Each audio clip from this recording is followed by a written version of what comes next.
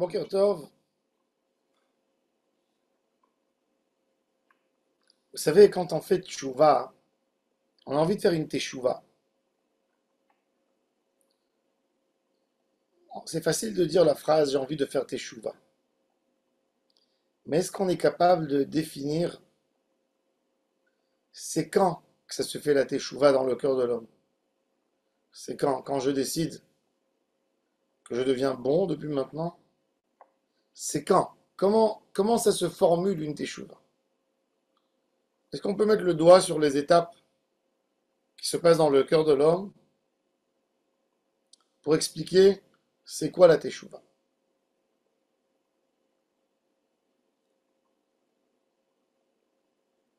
La Torah, dans Parashat Nitzavim, chapitre 30, elle nous explique c'est quoi la définition d'une teshuva. Quelqu'un, par exemple, je donne un exemple, ne faisait pas Torah et mitzvot, et puis à un moment, il a fréquenté des amis qu'eux étaient religieux. Il partait avec eux à la synagogue, il voyait que c'est sympa, il y a des super repas, des Fabringen, il y a une bonne ambiance, il y a une bonne motivation, et il est devenu religieux. Est-ce que ça s'appelle une teshuva? Oui, c'est une teshuva, mais comment ça se passe? La Torah elle nous dit qu'une teshuva vient avec du cheshbon hanefesh. Ve'aya ki yavo alecha kol hadevarim haele. On a fait les brachot et les kelalot dans Parashat Kitavo et avant. Asher natati lefanecha ve'ashevota elevavecha bechol hagoyim asher yidichacha Adonai shama ve'shavta ad Adonai Elohecha ve'shamata bekolo. La teshuva, c'est de faire une analyse exacte, d'expliquer à soi qu'est-ce qui se passe quand on quitte Hachem. Comment on se casse la figure dans tous les domaines de la vie.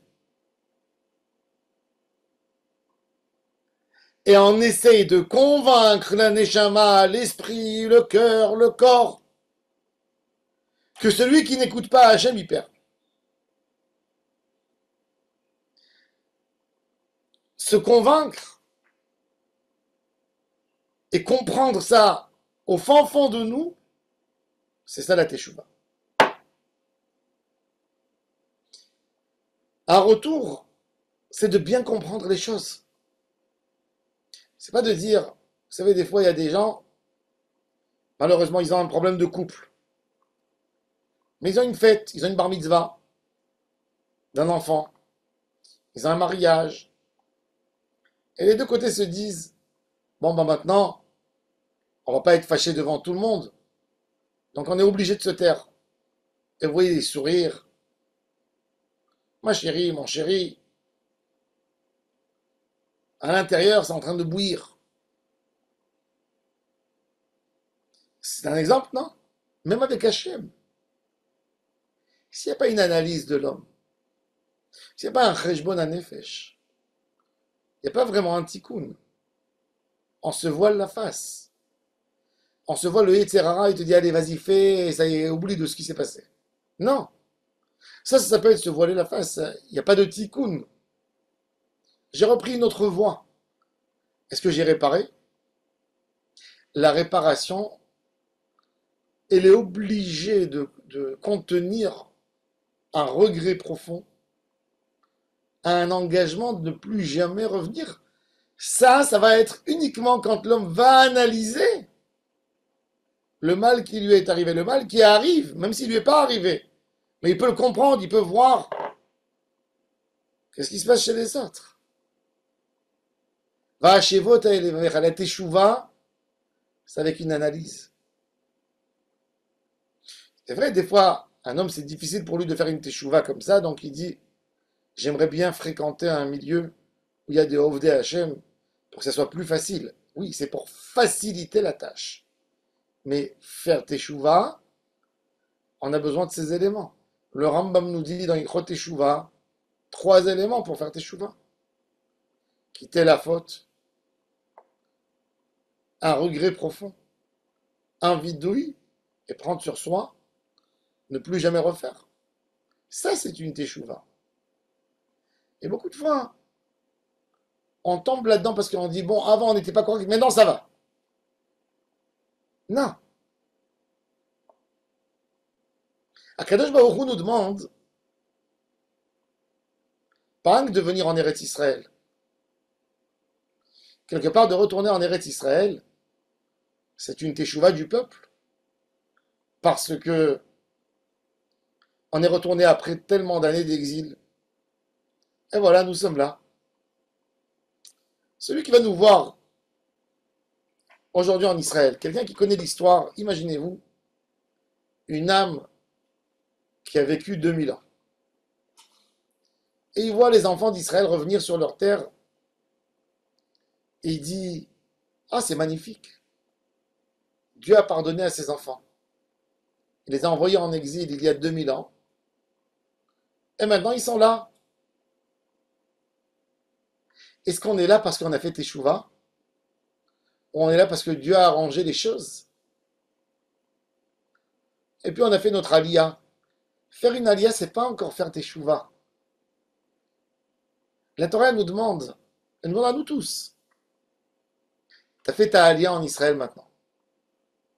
Est-ce que tu as compris pourquoi le peuple d'Israël a été exilé d'Israël? Est-ce que tu as compris qu'est-ce que la haine gratuite, elle peut faire à un peuple? Est-ce que tu as compris que quand on enfreint les lois d'Hachem, il y a toute la bracha qui part? Rien que si tu auras vraiment compris tout ça, ton installation en Eretz Israël sera une installation de Teshuvah. Ton retour en Israël ne sera pas tout simplement une alia où tu as changé un paysage par un autre. Vous savez, c'est comme dans les affaires. Un homme a monté une affaire. Et puis il s'est endetté, les fournisseurs. Il a mal géré son affaire. Et il y a les huissiers qui vont rentrer bientôt. Ils vont tout lui prendre. Et tout d'un coup, il y a son père qui a pitié de lui. Il vient, il donne une somme d'argent. Et il remet l'affaire. Il paye tous les fournisseurs. Il paye les dettes. Est-ce qu'il a réglé l'histoire de son fils? Non. Il sera toujours un mauvais gérant. Faire une teshuva, hein, c'est de s'asseoir avec lui, de lui expliquer ses erreurs, de lui expliquer qu'il fallait pas faire ceci, qu'il fallait pas faire ça, qu'il fallait penser à demain. Rien qu'après, l'aide sera une vraie aide. Tu dis, voilà, maintenant que tu as compris tout, je suis là pour t'aider. Le avant de tout, c'est de comprendre. Akadosh Baruch Hu nous dit, on doit comprendre. On doit tout faire pour ne plus jamais quitter Israël. On doit tout faire pour que, cette fois-ci, on vient s'installer en Israël, ce sera jusqu'à la fin des temps. Ça sera pour une éternité. Ce sera plus jamais pour 50 ans, pour 100 ans. Ça sera pour toujours. On veut que Mashiach arrive. On veut finir le process. Pour le faire, tu es obligé de regarder ton histoire. Qu'est-ce qui t'a fait sortir d'ici, de ce pays? Pourquoi tu n'étais pas là 2000 ans? Si tu as compris que c'est pour de la haine gratuite, bah, tu devrais faire attention à chaque fois que tu veux donner une critique sur un ami, sur quelqu'un, sur un voisin, sur une partie de ton peuple. Bah, si tu le fais en habitant ici, c'est que tu n'as rien compris. C'est que tu n'as pas fait une alia en réalité. Tu as changé de climat, tu as changé de pays. Tu n'as rien fait. Tu n'as pas fait une teshuva. Tu n'as pas réparé l'exil de 2000 ans. Tu es venu ici comme des peuples nomades qui sont venus ici et qui se déclarent propriétaires de cette terre. Pourquoi? Parce qu'ils sont là. Eh bien, toi aussi, tu es là. Tu es propriétaire? Non. Tu as compris pourquoi tu es là? Non.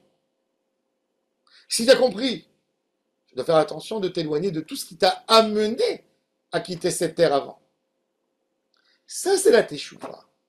Donc, le moment de teshuva se réveille en nous que quand on a une analyse, l'analyse du mal, de à quoi il peut amener.